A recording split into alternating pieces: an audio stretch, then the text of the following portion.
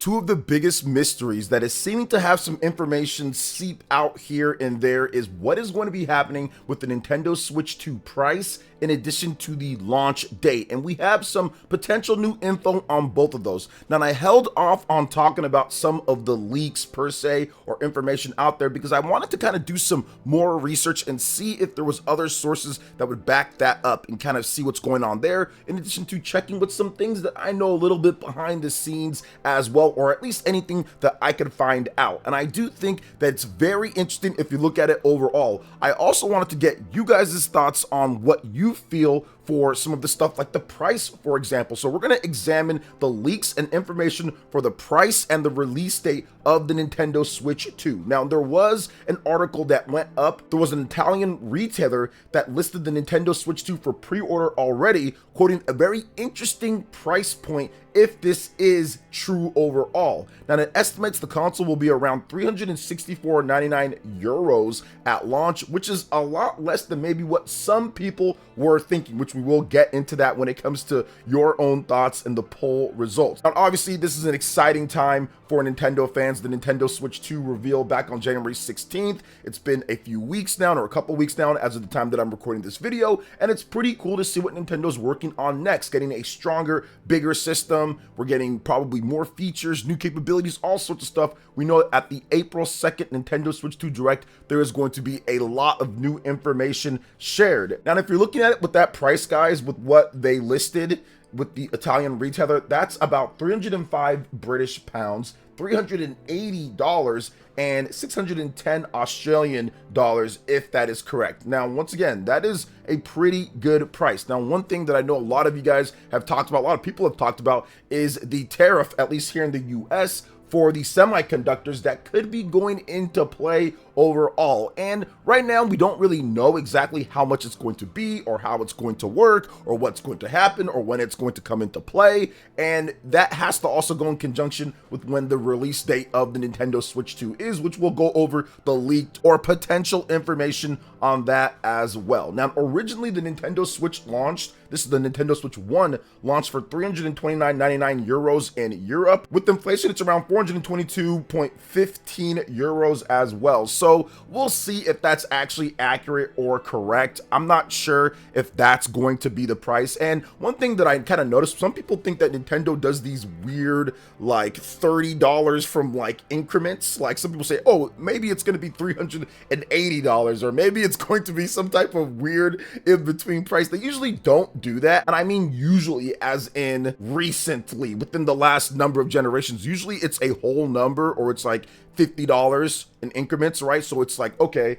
it's 250, or it's 300, or it's 350. They usually don't do things in between those. It's just $50 increments. So I don't see Nintendo breaking that tradition here with this one. I do see it being more of a increment of 50, so you can jump it up by 50 from the Nintendo Switch OLED. And that's the important thing. I want to get what you guys think on that when it comes to the information, but apparently here they're saying around $380. I would round that up to 400 for here in the US if I had to take a guess overall. But I did ask you guys when it comes to what do you feel about the price of the Nintendo Switch 2 in United States dollars, not factoring in potential tariffs. And we're going to go over this real quick, then we're going to get into the Nintendo Switch 2 release date leak and what I think about that. So here are the results. We have a $200, $350, $400, and $450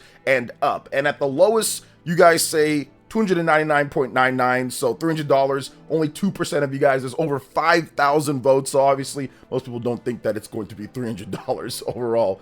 $350, that's the same price of the Nintendo Switch OLED right now. So if Nintendo released the Nintendo Switch 2, their last generation system, their current generation system, same price for something that's significantly beefed up over it. I just don't see that happening. A lot of you guys also don't see that happening at the $350 price point, only 7%. Next up is $450 or higher. 26% of you guys do feel that it could be that expensive considering the type of tech that's going into it and all of that. So yeah, very understandable with that. I mean, it could be that high. Like I said, we're not factoring in potential tariffs or anything in there, but some of you guys might have factored it in yourselves anyway. So the only thing that I would see it being that high is if there's something crazy going on, like something super crazy has to go on, because at that price point, it becomes a really tough sell for a video game console to sell very good, especially a Nintendo console to sell at that price point. That would be very, very difficult and probably a bad idea overall. And I think that the sweet spot where most of you guys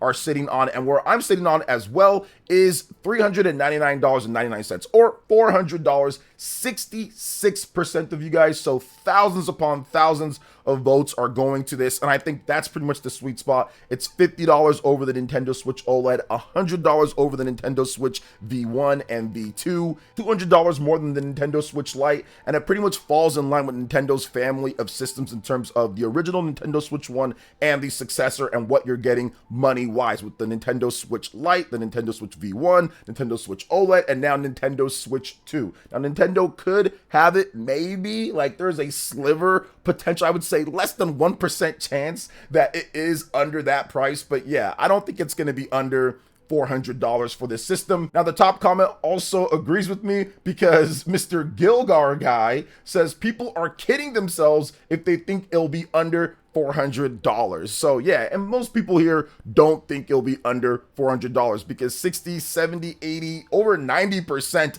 of people, pretty much 91% or so, think that it's going to be at least $400, minimum $400 or higher. So most people feel that way. Obviously, there's a very small percentage of people who think that it might be underneath that. I mean, there is, like I said, a small sliver of a chance that Nintendo tries to do it at that price. If it's $350, oh my gosh. I mean, I don't know if they'd even be able to keep them on the shelves for more than like a half second or so. Heck, that's going to happen regardless. At $400, people are going to be snapping this system up, because it's going to have massive system sellers like the new Mario Kart game, probably right there at launch. And we've had the last Mario Kart game for 11 years. People are ready to move on to the next thing. I think that Mario Kart game is going to be huge for Nintendo going forward. Now, let's talk about this next thing here of information that leaked out recently. I want to give my take on it, and that's the release date. So apparently there was a leak from a Finnish retailer that has been taken down and said that the Nintendo Switch 2 will release on May 9th, 2025. The retailer had the console listed at what is clearly a placeholder price of 999 euros, but specifically mentioned the console would be available on May 9th more than once on the listing. So let's talk about this, because there have been people that have been estimating that it could release on May 9th or May 15th or sometime in May, because of some stuff that's happening with the Nintendo Switch 2 experience and when the dates follow from there, but I'm not so sure on that. And here's the reason why I'm not so sure on that when it comes to this leaked release date of what's going on. I'm not so sure on it because it seems like Nintendo's following a announcement and release cadence of the Nintendo Switch 1. Now, what do I mean? I've talked about this before, but for those who missed it, or if you're someone new, essentially the Nintendo Switch 1 was announced in October of 2016. And then 3 months later, there was a big presentation for the Nintendo Switch 1 in January of 2017. That is about 3 months' time. And then they said, here's the release date for March. So 2 months later from there. So if you look at it from the start to the big presentation showing off the system to the release date, that was a set cadence of 3 months and then 2 months. So it was a ramp up of that. Now look at the Nintendo Switch 2. The original announcement was January of 2025. And then they announced essentially the Nintendo Switch 2 presentation on April 2nd. That is about 3 months from there. January, February, March, April, about 3 months from there. So if you follow that cadence, if they're doing the same type of ramp up to release, you can estimate that the system will come out sometime in June. Now they could do May, obviously that could be a bit quicker the next month there. But if you're looking at it from the Nintendo Switch 1 and the success that they had from having the ramp up of marketing, having the 3 months in between the first reveal to the actual big blowout of information, and then the launch is about 2 months later to get all of your marketing, to get all of your Nintendo Switch 2 experience tours, to get all the logistics, to get all the systems, everything that you need to get done in between that time from when you show off that system, do the pre-orders, all of that in April, probably pre-orders are coming at that point, to when it launches, you need about maybe 2 months.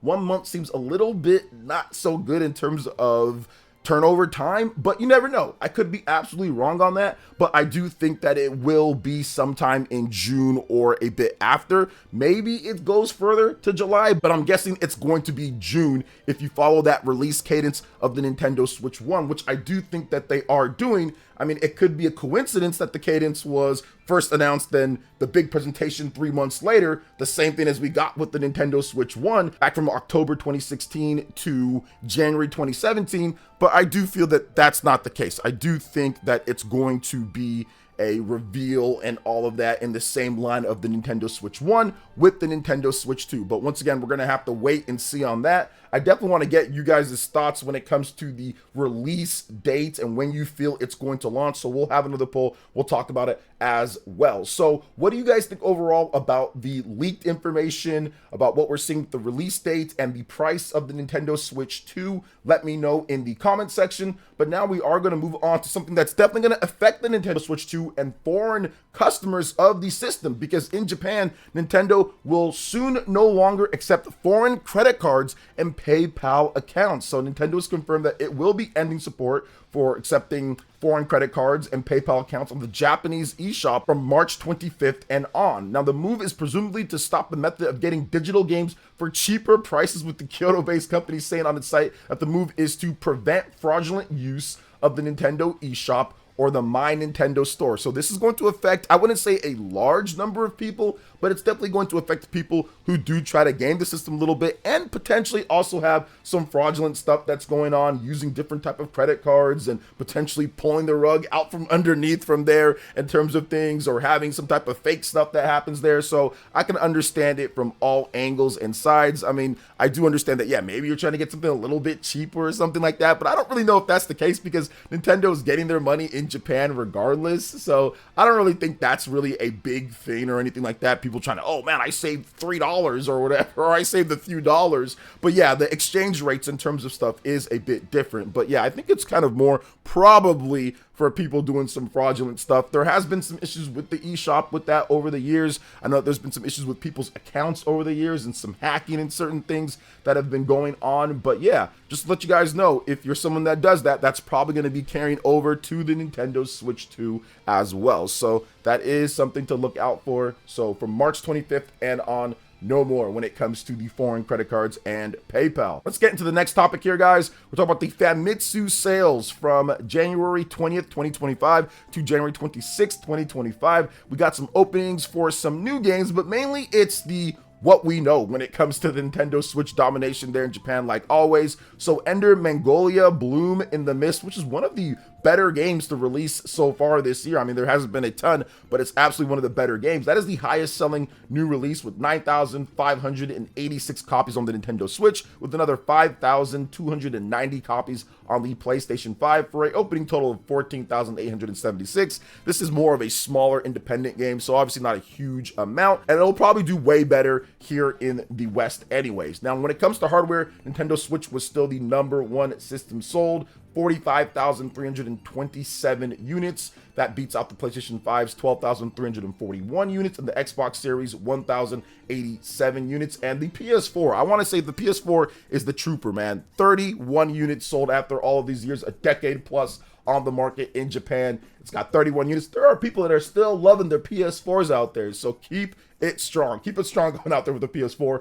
Donkey Kong Country Returns HD, once again the top selling game with another 35,256 units. That's over 142,000 for it. And Super Mario Party Jamboree continues to just sell and sell and sell in Japan with another 18,000 units plus. That's over 1.1 million as well. Top 10 pretty much all Nintendo Switch games, but there were 2 PS5 games with Dynasty Warriors Origins and Ender Mongolia as well. We'll get the top 30 later, but it just goes to show you that once again people are still anticipating Nintendo Switch 2. This is the most that we've ever seen for any system in Japan sell in year 8. It beats out every other system. I talked about this in a previous video, how it pretty much destroys all of the sales of other systems in year 8. And I think it's going to continue rolling when it comes to Nintendo Switch 2. It's just going to transfer right over to that system. All the games are backwards compatible, so people are still going to be buying Nintendo Switch 1 games, playing on the Nintendo Switch 2, buying new Nintendo Switch 2 games. It just looks like it's going to transfer over so smoothly from Nintendo Switch 1 to Nintendo Switch 2. That's why I cover it every single week so people can understand the numbers and see what's happening, and why I have some of my analysis when it comes to Japanese games out there. But yeah, Nintendo Switch obviously still doing incredibly well there. But what are your thoughts, guys, when it comes to all the different topics here with the Nintendo Switch 2? Let me know in the comment section below. All right, peeps, thank you so much for watching. I do appreciate it. Please make sure you hit that like button, subscribe if you're someone new, click that notification bell, and check out my other Nintendo Switch 2 RPG videos and more right here on screen. Thanks for watching. We'll catch you guys for the next one. Peace.